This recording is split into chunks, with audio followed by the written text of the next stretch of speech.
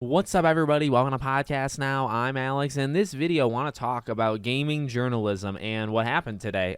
These are some pretty big sites that got impacted, and I have maybe controversial, maybe not so controversial, maybe harsh thoughts on gaming journalists in general. But here's what I want to say. In regards to a day like today, I don't think this makes it any better. I don't think we've moved in a more positive direction. I think in terms of what literally has happened, right? So we got a sale to a company, and Polygon, and along with a couple others, because a lot of these gaming outlets, they're kind of combined without being combined, right? If you kind of look up, like, okay, so one company might own like 15 different gaming websites, right? And they're all roughly the same. They might even share people, from time to time. But there was a new sale, and Polygon was hit with enormous layoffs, some big names, and then Giant Bomb, just like in general, has basically died. There was a live stream, I think, last night that kind of went over some stuff as well. But even names like Jeff Grubb, who we bring up quite often on the channel, one of the better insiders in the gaming industry, he's gone. And so this was a big day. This is a day where, honestly, two pretty big sites. A lot of people have heard of Polygon. A lot of people have heard. Giant Bomb's been around. I think Giant Bomb specifically, even from like back in the day when I was first getting into just reading things on different websites, Giant Bomb was always like very well respected, at least that I had seen personally. But again, in terms of all of that, does this make for like a better day? Look, I'm not heartless. I want people to eat. I want people to have a roof over their head. I'm not a fan of modern day gaming journalists. Okay, but I think two things can kind of be true at once. I think that you cannot be a fan, or I'll just speak for myself, right? I don't think gaming journalism is in a good spot. I think it's a lot of people that have very, very little talent. Not necessarily, by the way, the people that were let go, just like generally, okay, in terms of the industry.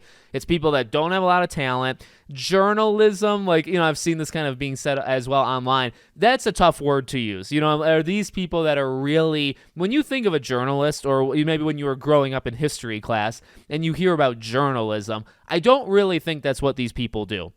In fact, I actually think a lot of these people funnel in because they want to be like political commentators, and they kind of funnel into games and they don't know anything about games. But that's a side thing. Generally, I don't know if I love that term. Maybe like a blogger or something like that. People that do have opinions, and they have the right to say them. They have the right to write about them and talk about them, and some of them do it still to this day, by the way, extremely well. I just think it's less and less. I just think generally you look around the industry at any of these sites that are left, and you don't see a ton of talent there. Now, okay, again, two things can be right at once, right? I may not like some of these people. I might not like the state of modern day journalism.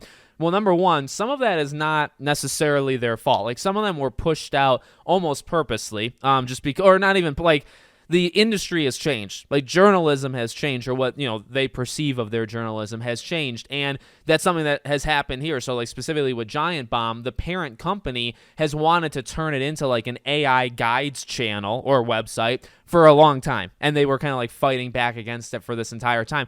We've seen this. Like, we've seen companies. I think, didn't Kotaku, or there was some company that the parent company wanted them to also just write guides, and they fought against it for years, and then they kind of like slowly lost, over time. So again, two things can be right at once. Like, there's not a lot of talent, but also, well, because things have changed over time, the good talent has actually left. Like, there were, I think, much better people that were there 20 years ago. They moved on because maybe they saw things coming. Certain things coming. And then it doesn't help, as we've seen with Polygon, with any of these. And, again, I'm trying to give specific examples, but I'm not doing a very good job at it. Point being, though, is we've seen this before. We've seen parent companies switch hands. We've seen, like sales, all that jazz happen. And we've seen these parent companies come in and say, okay, like, here's what we want to do with this website. And it really has nothing to do with what made the website great in the first place, right? Oftentimes, they really do want to make a lot of these sites just guide channels. And there's a part of me that understands that, even like from the YouTube culture. Like, there is something like algorithmic about guides, and there's kind of something evergreen about them. So, like, to have your website, I keep wanting to say channel because, YouTube background here, but to have like your website, you want like guides guides and maybe it's platinum, maybe it's just to go through it and maybe to like almost flood the algorithm with that stuff. I mean, is that a way of getting clicks and like staying relevant? It honestly is, but again, that journalism side to it, like what are you really doing? And there is value because people do it all the time. I mean, you see it, but it's really been dominated by other things, and it's a big discussion. To be honest with you, it's more complicated, I think, than just, these people lost their jobs and stuff. Like, what's really going on here? You've seen gaming journalists be replaced by just everyday Joes, random average people, on YouTube and stuff. It's also part of the reason why I don't like some of these gaming journalists, because as time has gone on, I think a lot of them have sensed that they're losing their livelihood. And what do you do when you lose your livelihood? You fight back. I do understand that. It is kind of like nature. It feels very like animalistic.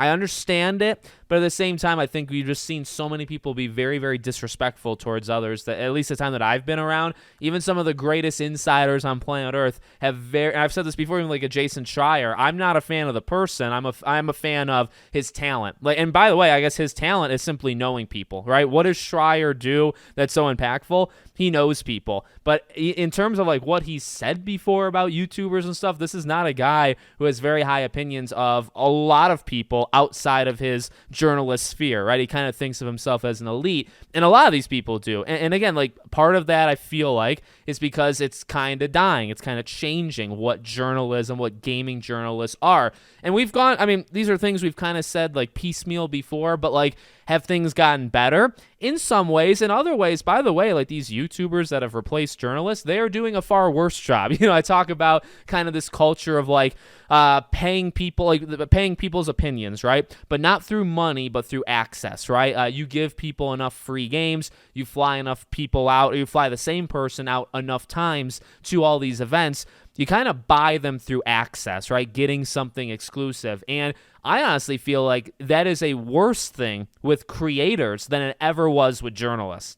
I think it happens. I absolutely believe a lot of these sites play it very nice with a lot of big companies to stay in the circle. But I actually think, to be honest with you, I think it's more deceptive and more just bad, just in general, with creators than it is like influencers. I think it's far, far worse than it is with journalists. So in some ways, like I think we've gotten better, and in some ways, things kind of blowing up in other ways, like content creation versus journalism.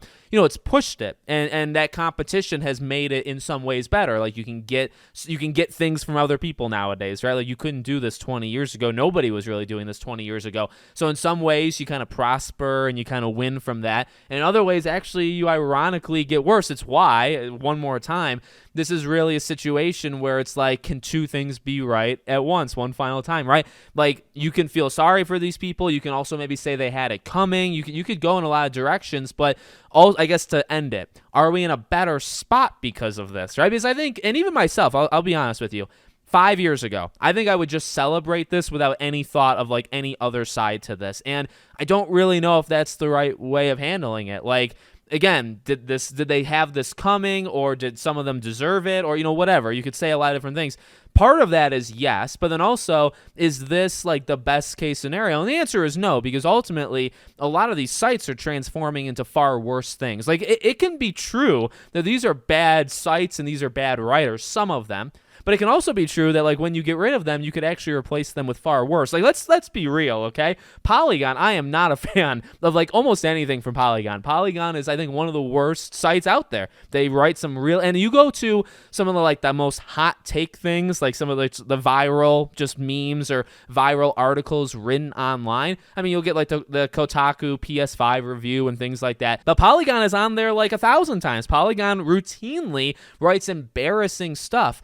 But okay, well, you have that, and at least you get a little bit of laughter from that. Now, what are you replacing it with, right? Well, actually, you're replacing it potentially with nothing, and I don't know if that's a net positive, just replacing bad with nothing. It could be, but I don't know, because I think you can replace it with something far worse. Giant Bomb becoming a AI wiki guide website versus what it is now, I don't think is better. Even if you don't like what it is now, I don't think it's better with like what this is happening to it. So that's kind of my stance on it. I feel like it's a newer age stance for me, maybe a little bit of more a calm stance, because I can still have strong opinions, and I think many journalists, like I said, don't like YouTube creators. A lot of gaming journalists are, in my opinion, just not talented. They're just not. That's something I've said for a long time, and I will never back off of that. I think I've calmed in a lot of ways over the last like 3-4 years. I'm not going to calm about that. I'm not going to pretend like gaming journalism is in a good place. It's not. I think it's actually in a really bad place. But again, some of that is on the people, but also some of it is on like the push of what they're being made to do.